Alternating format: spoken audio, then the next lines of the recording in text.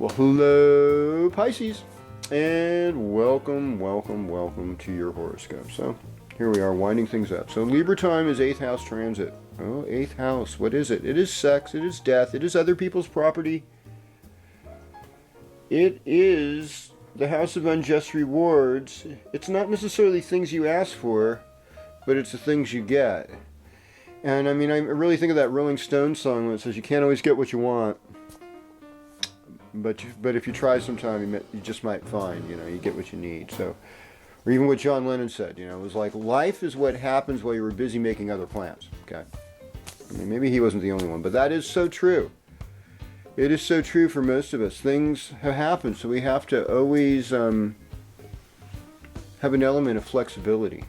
The ancient European concept of green man, Pisces, is really good for you right now because 8th house, it can be death, it can be inheritance, and this is something we're all going to face. And I think as we get older, as we get more resolved with our life and existence, death isn't as scary anymore. In fact, it almost seems like it'll be fun, especially if your body's not working good.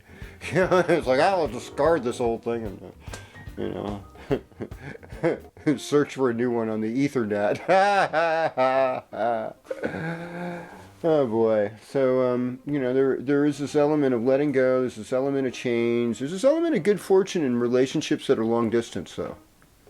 So if you know somebody who lives someplace far away, you can really gain something from a relationship with them. Okay? So that's nice. And besides that, though, I see an incredible capacity for you to organize things socially, help bring about change, help bring about a movement.